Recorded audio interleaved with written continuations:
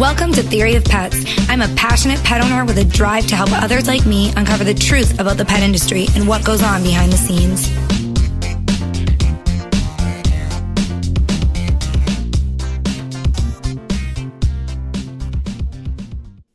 Hey guys, welcome back to Theory of Pets. My name is Samantha. Thanks for tuning in to another episode of my podcast. And if you guys could just take a minute to jump on iTunes and give me a review, that would be really helpful to spread the word about Theory of Pets.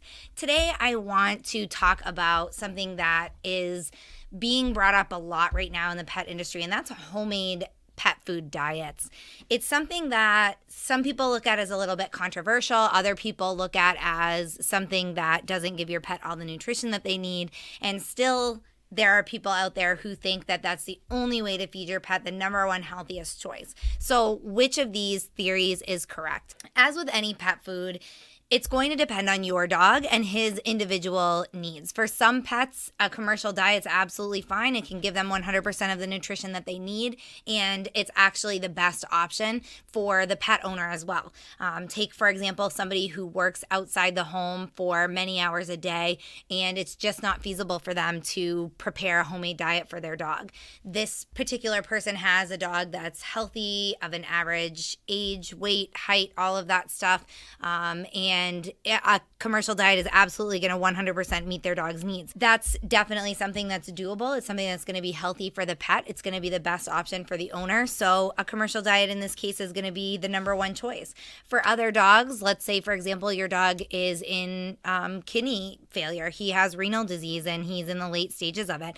In this case, there aren't going to be commercial diets available on the market that are going to meet every nutritional need that he has and yet can still be easy enough for his body to digest so that it doesn't do more damage to his kidneys. Your kidneys are part of the system that flushes out all of the unnecessary things that come into your body. So with commercial diets, there's going to be nutritional elements. There's going to be extra vitamins, minerals, things like that that your body can filter out. There's going to be artificial ingredients that your body can filter out, the water out of some canned foods and things like that. That stuff's going to get processed out of your body. All the things that your dog's body doesn't need at that time are going to get filtered out.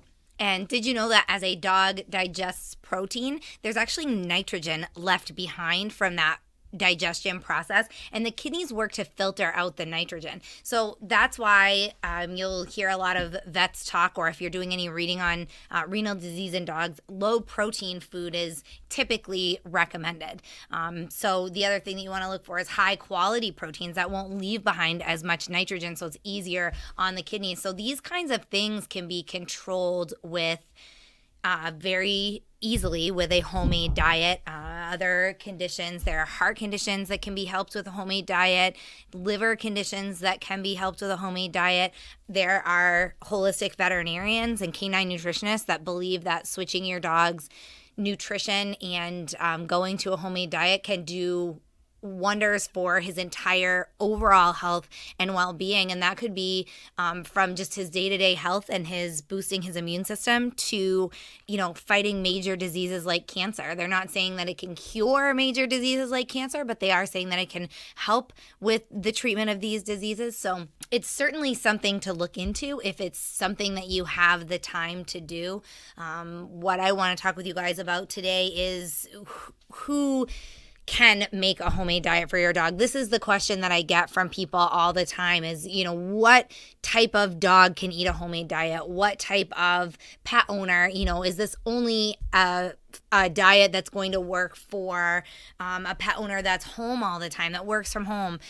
No. The simple answer is no. A homemade diet can actually work for any dog and any pet owner when done in the right ways.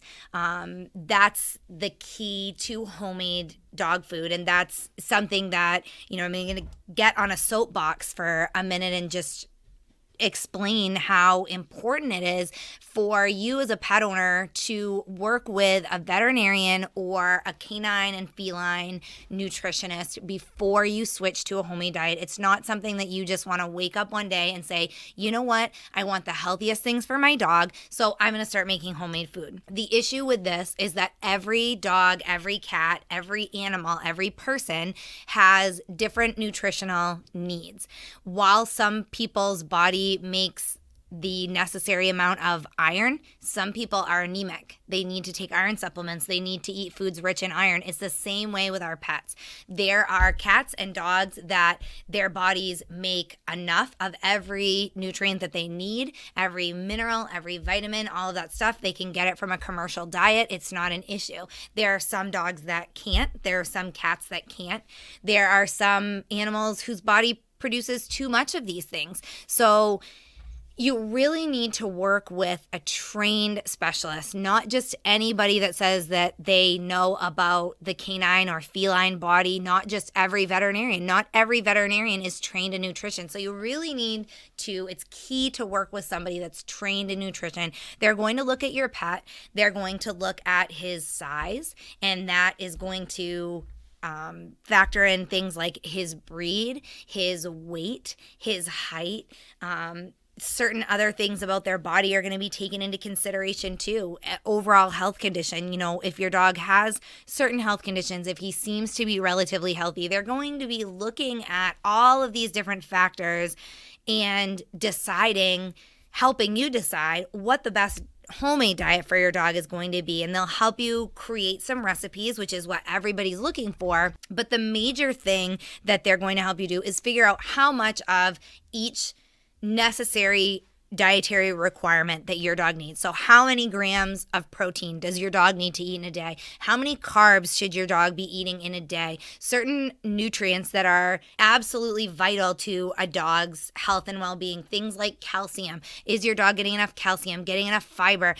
All of these things they're going to be looking at the diet that he's eating right now. Like I said, all of those variables like age, weight, they're going to look at his activity level. Dogs that are working dogs that exert more energy during the day, that need more protein to build muscle, they're going to need a much different diet than a senior dog that lives a very sedentary lifestyle and only goes out for a walk half an hour every day. You can see the major differences in those lifestyles, and they need to be fed in that way as well. So I will get off my soapbox now. It's absolutely crucial, if you are thinking about switching to a homemade diet, to consult a veterinarian first. Don't try it out and see how it goes. Consult your vet. There is a right way and a wrong way to do homemade dog food, and I am here preaching to you about the right way to do it. And that starts with a consultation from your veterinarian or a nutritionist for pets. So now that I am off that soapbox, let's talk about those benefits and why you would want to feed your dog a homemade diet. Now, again, the title of this podcast and what I really, the major theme of it is, who can benefit from a homemade diet, what pets, what parents, everybody can. And that's the real short answer. The short answer is that all pet parents, all pets can benefit from a homemade diet if it's done in the right way. And the reason that I say this is twofold. One, for your pet, a homemade diet, when done correctly, no matter what your pet, whether it's a cat or a dog, no matter what their age is, what their nutritional needs are, if done correctly, your pet will benefit greatly from a homemade diet. He's going to be eating a much higher quality diet, and that's going to benefit his overall health and well-being. Everything from his weight, his muscle development, his growth. It has been shown that homemade diets can help improve brain function. It will boost energy. It can have benefits for skin and coat, taking those like dull, lifeless coats and making them nice and shiny and moisturized. So the benefits for your pet is just kind of never ending. It really, a homemade diet is going to affect every single aspect of your dog's health and well-being. On the other hand, it's also very beneficial for you as a pet owner. It gives you that peace of mind in knowing that your dog is eating a high quality diet every single day. You don't have to worry about where the ingredients are coming from, if there's any dog food recalls, anything like that. You have that peace of mind in knowing that your dog has a healthy diet every single day, and you don't ever have to think twice about it. No reading food labels, looking for any, misleading things that companies write on food packaging, no searching for ingredients, no having to Google ingredients because you're not sure what they are, or trying to read between the lines to see, exactly what a food or a treat is made out of. So it gives you that peace of mind. It can also be cheaper. A lot of people say that it's more expensive, and it can be. But again, when done correctly, when done the right way, it can actually be cheaper. If you're buying your dog food ingredients in bulk, especially protein, you can save sometimes up to 50, 60, 75 cents a pound for protein if you're buying it in bulk. So that's a way to save quite a bit of money right there. You can buy local ingredients that cost cheaper. You can buy ingredients, shop around and look for coupons and sales and things like that. You can use fruits and vegetables that are in season. You don't necessarily have to buy what the recipe calls for. For example, if the recipe is going to call for blueberries for your dog food, but blueberries aren't in season right now, so they're a little bit more expensive, substitute it with something else, apples or bananas, another fruit that's healthy for canines. So there are ways to do it and go about it so that it's not outrageously expensive. You just have to know what you're doing, and you have to plan ahead. It's similar to making a meal plan for your family. You're going to need to make a meal plan for your dog. So who benefits from this? You both do. Your dog does and you do. And that's the biggest reason for me for wanting to feed my dogs a homemade diet. It benefits both sides. As pet owners, we're always focused on what's best for our dog. They're members of our family. We want to do what's best for them. But you also have to take a step back and think about what's best for you. And again, there are those people that I get it. You travel a lot for work, or you're outside the home all the time. You don't have the time to make a homemade diet. And that may be the case for very few people, just don't have the time in their schedule. But for most of us, we have time, if not daily, if not weekly. You have a day or two a month that you can set aside, one day, a few hours to make homemade dog food in bulk. You don't need to spend time, a half an hour every few days, or 1 hour every week meal prepping for your dog. You can set aside one day a month where you block off, 3 or 4 hours in the afternoon, and you're just going to make a bunch of dog food and freeze it for your dog for anywhere from 2 to 3 months. You can freeze dog food. So, essentially, all you really need is about a half a day every 3 months, 4 times a year, about, 5 or 6 hours. You could make enough dog food for your pet to last 3 months.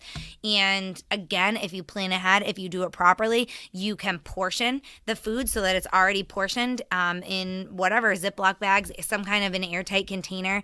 If you want to stock up on some Gladware, disposable containers or something like that, you can make enough dog food for 3 months, portion it, and all you literally have to do every day would be to take 2 containers out of your freezer and let them thaw, and then you can feed your dog for that day. So it really wouldn't take any time at all other than that one prep day.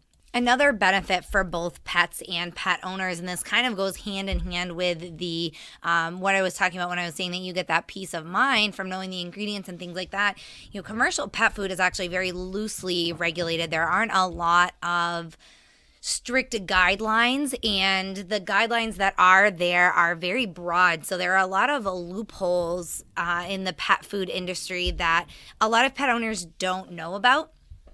One of the big ones that comes to mind for me is that companies, the way that things are worded on packaging can be very misleadingly written for pet owners, for people like you and me that aren't, in the know as far as, every little detail of the pet industry and all the rules and regulations.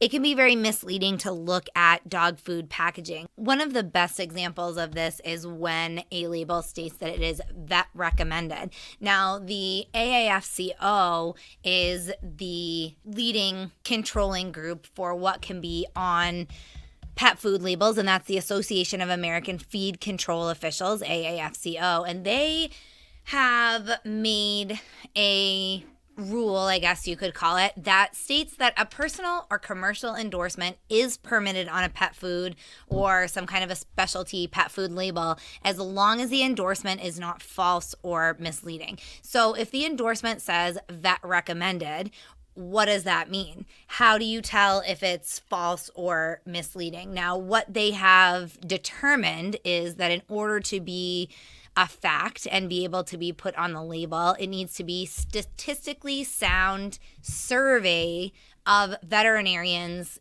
in order to support that claim of being vet recommended. So what does that mean? This survey, can you just do one or two veterinarians? No, that's not going to be statistically sound. However,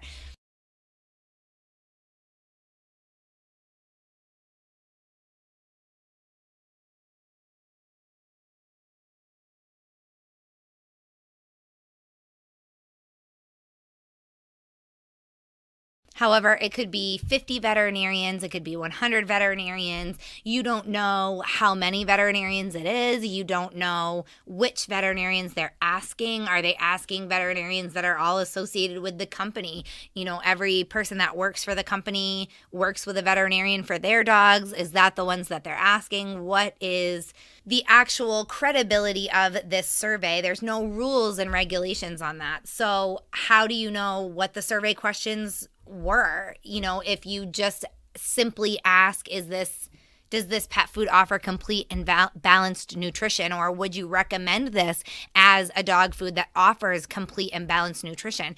Well, it can offer complete and balanced nutrition while also including harmful ingredients, artificial ingredients that may cause allergies. So the wording of the questions, the survey itself, this is such a broad statement and a broad rule that there's so many loopholes around it. So when you see vet recommended on a packaging, along with a lot of other things on the packaging, it can just be marketing ploys to get people to purchase these products, and uneducated pet parents don't know the difference. So that's really something that homemade dog food brings to the table, is that you don't have to worry about any of those loose recommendations. You don't have to worry about getting sucked into any marketing ploys that, may make a food look good when it's actually not the best quality. Now, again, we get to, the ingredients in the food.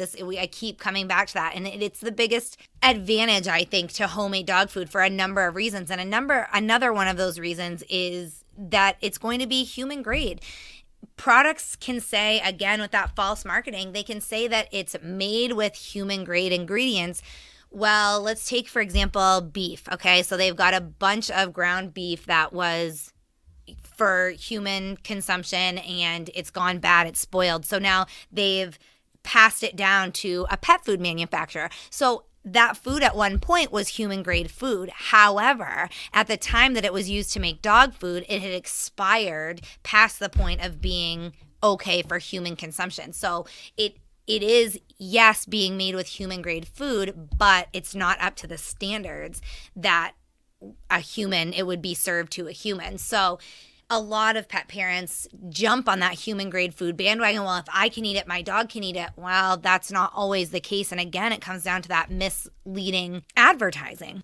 So what you get when you make homemade food is that 100% it's food grade. You can go to your local grocer, you can go to the farmer's market, you can grow the food in your backyard, and 100% certain that the food that's going into your dog's body is food that you would put in your body as well.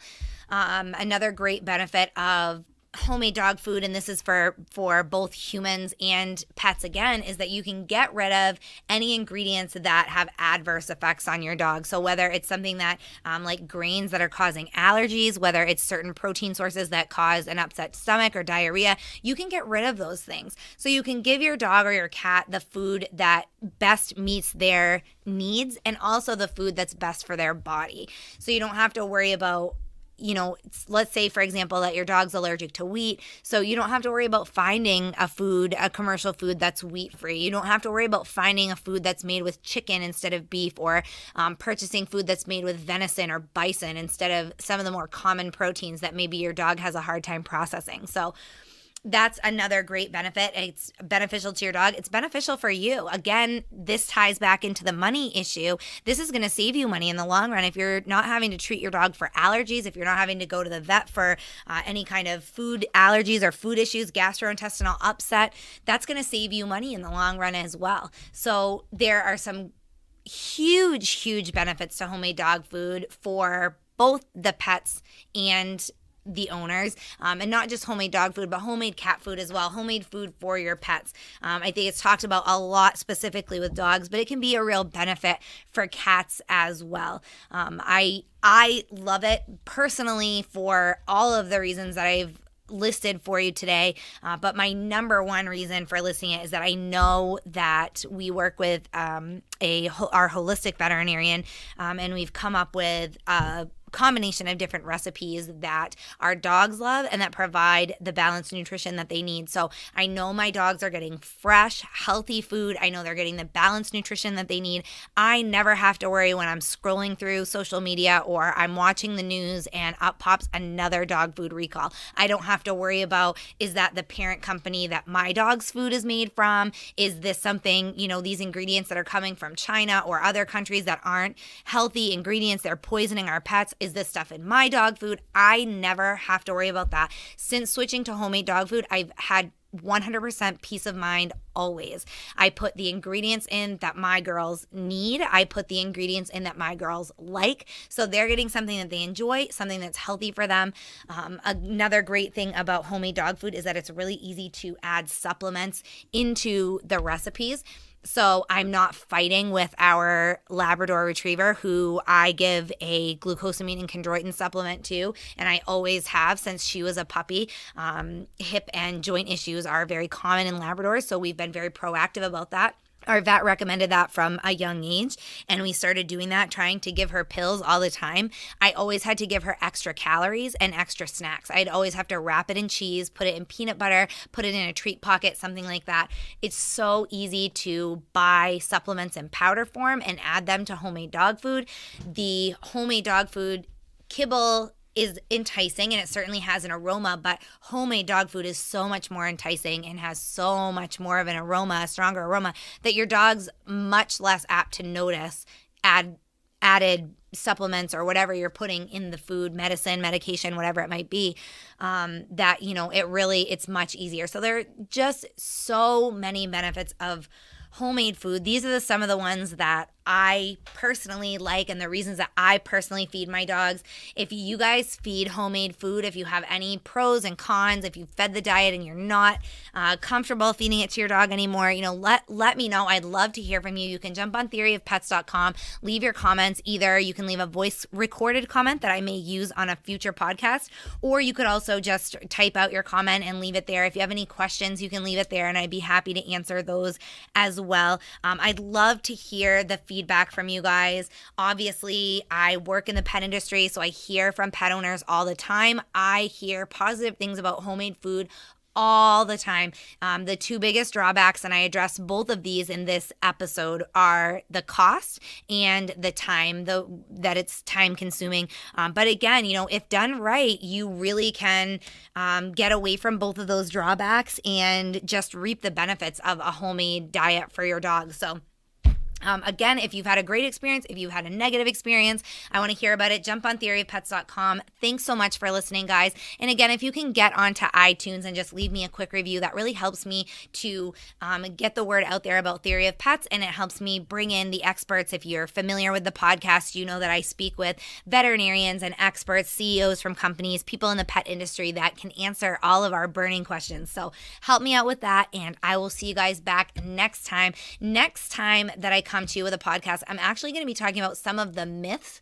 and the misconceptions that are out there about the homemade dog food diet. I'm kind of on a homemade dog food diet kick right now. So I'm going to talk about some of those myths, because that's a lot of times when I'm talking to people about homemade food, and you may be thinking some of those things as well. So make sure you tune into my next episode and you will hear some of those myths, and I will debunk those for you guys. So thanks for listening to Theory of Pets, and I will be back next time to debunk those myths.